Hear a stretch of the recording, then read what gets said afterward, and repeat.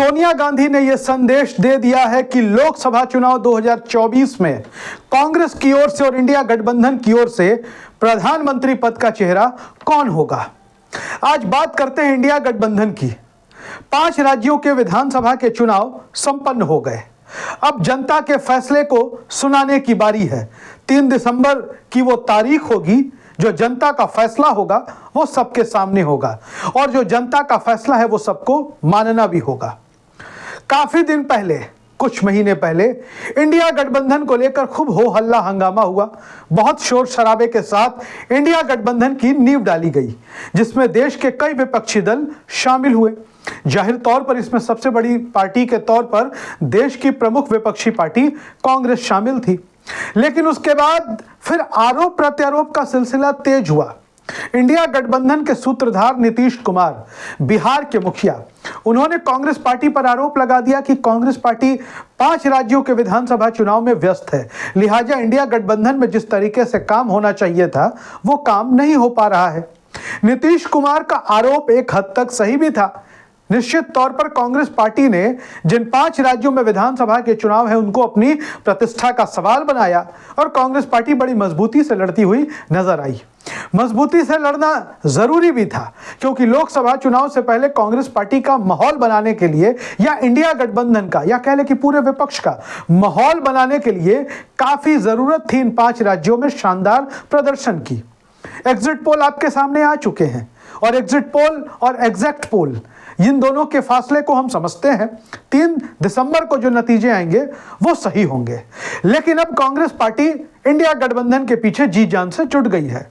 Congress party ने India गठबंधन के लिए काम करना शुरू कर दिया है और कैसे अब इंडिया गठबंधन को आगे ले जाया जा सके और जो केंद्र की सत्ता है और जो केंद्र की सत्ता में बैठे प्रधानमंत्री नरेंद्र मोदी है, भारतीय जनता पार्टी है और उनके पीछे आरएसएस का एक मजबूत संगठन है, उनसे कैसे लोहा लेना है, कांग्रेस इसके पीछे लग गई है। खैर, अब बात करते हैं सोनिया गांधी की कि सोनिया गांधी कांग्रेस पार्टी की पूर्व अध्यक्ष, उन्होंने संकेत दे दिया, इशारा कर दिया कि कांग्रेस पार्टी की ओर से प्रधानमंत्री पद का चेहरा कौन होगा।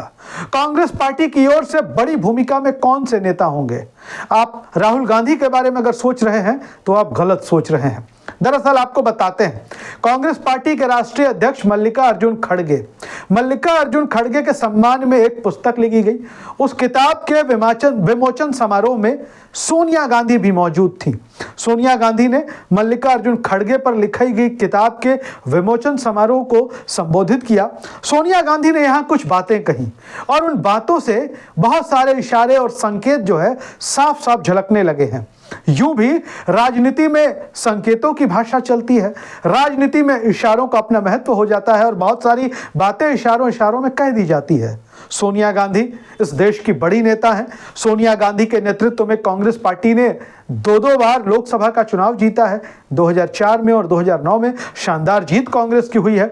ऐसे में सोनिया गांधी की बातों को समझना और उनकी बातों के निहितार्थ को समझना बड़ा जरूरी है। यूं भी सोनिया गांधी उन नेताओं में नहीं जो हल्की बातें करे। सोनिया गांधी की बातों में गंभीरता होती है, सोनिया गांधी की बातों में तार्किकता होती है। खैर, हम बात करते हैं सोनिया गांधी ने क्या कहा मल्लिकार्जुन खड़गे पर पुस्तक विमोचन के समारोह में।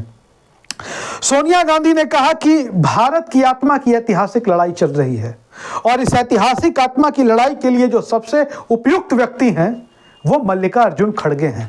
सोनिया गांधी मल्लिकार्जुन खड़गे की प्रतिबद्धता, उनकी विचारधारा, उनके दृढ़ निश्चय की सराहना करती हैं। सोनिया गांधी कहती हैं कि आज एक महत्वपूर्ण मोड़ पर कांग्रेस पार्टी और पूरा देश खड़ा है।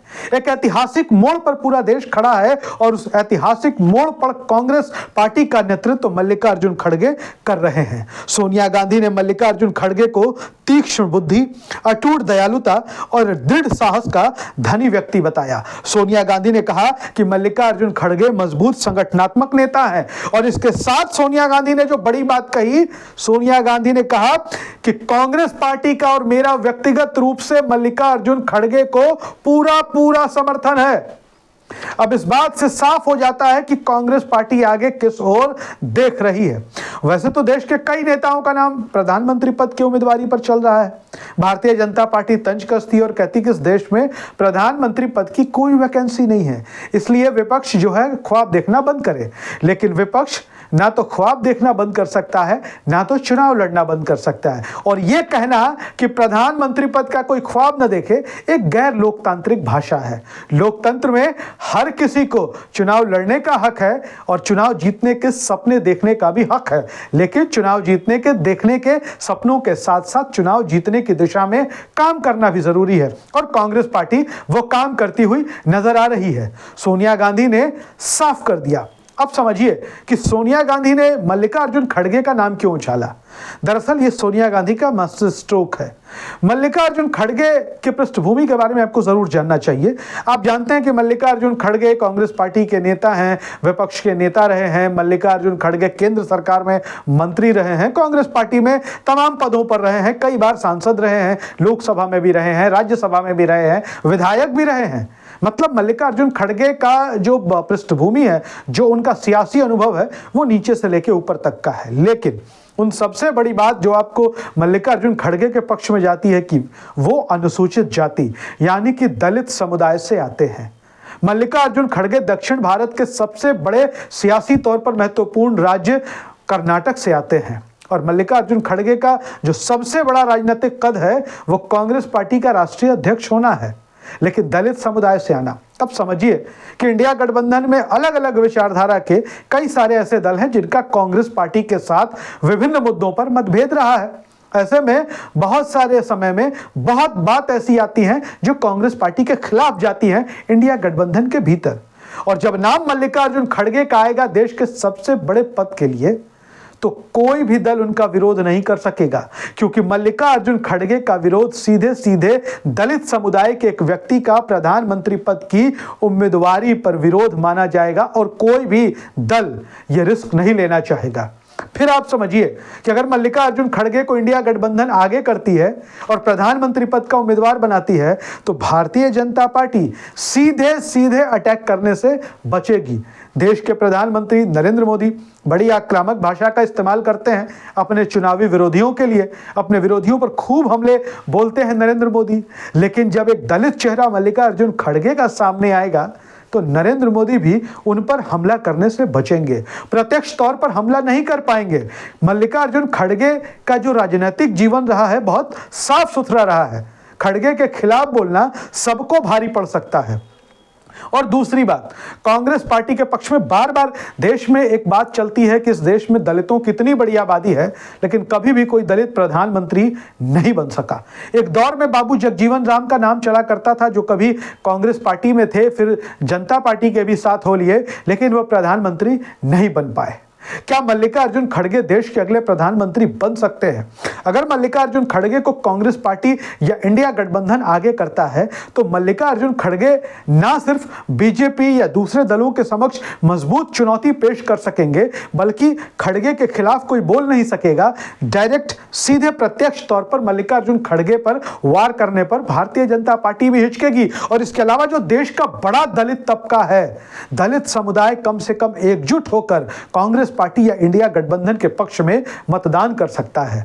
सोनिया गांधी की राजनीतिक चाल कह लें, सोनिया गांधी की राजनीतिक बुद्धि या कौशल कह लें, इसकी दाद देनी पड़ेगी। वैसे भी मल्लिकार्जुन खड़गे एक हम कह सकते हैं भाग्यशाली व्यक्ति हैं। अगर आप भाग्य, किस्मत, लकी जैसी चीज़ों में पर भरोसा करते हैं तो आपको मल्लिकार्जुन खड़गे के बारे में यह बात तो माननी ही पड़ेगी। वो कांग्रेस पार्टी के राष्ट्रीय अध्यक्ष बने और कांग्रेस पार्टी दो राज्यों में सत्ता में आ गई। मल्लिकार्जुन खड़गे के सत्ता कांग्रेस का अध्यक्ष पद संभालने के साथ ही कांग्रेस पार्टी कर्नाटक भी जीत गई। कर्नाटक दक्षिण भारत का मजबूत और महत्वपूर्ण राज्य है, तो दूसरी तरफ हिमाचल एक हिंदी भाषी राज्य है। हिमाचल जो बीजेपी के राष्ट्रीय अध्यक्ष जेपी नड्डा का गृह राज्य है, उसको जीत लिया मल्लिकार्जुन खड़गे ने। और मल्लिकार्जुन खड़गे ने अपने गृह राज्य को भी जीता। मतलब जिस राज्य से कांग्रेस के राष्ट्रीय अध्यक्ष आते हैं वहां कांग्रेस का कब्जा है, और जिस राज्य से बीजेपी के राष्ट्रीय अध्यक्ष जेपी नड्डा हिमाचल प्रदेश से आते हैं वहां पर भी कांग्रेस की सरकार है। वो कांग्रेस जिसके लिए 1-2 साल पहले सत्ता का इतना सूखा पड़ा था कि सिर्फ 2 राज्यों में सिमटकर कांग्रेस रह गई थी, आज कांग्रेस के लिए अच्छी खबरें लगातार आ रही हैं।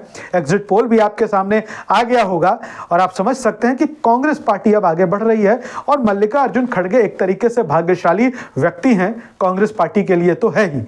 तो जाहिर तौर पर सोनिया गांधी ने मल्लिकार्जुन खड़गे का नाम आगे कर एक तीर से कई निशाने साध लिए हैं। आपको क्या लगता है? अपनी राय जरूर लिखिए। वीडियो अच्छा लगे तो शेयर करिए। धन्यवाद।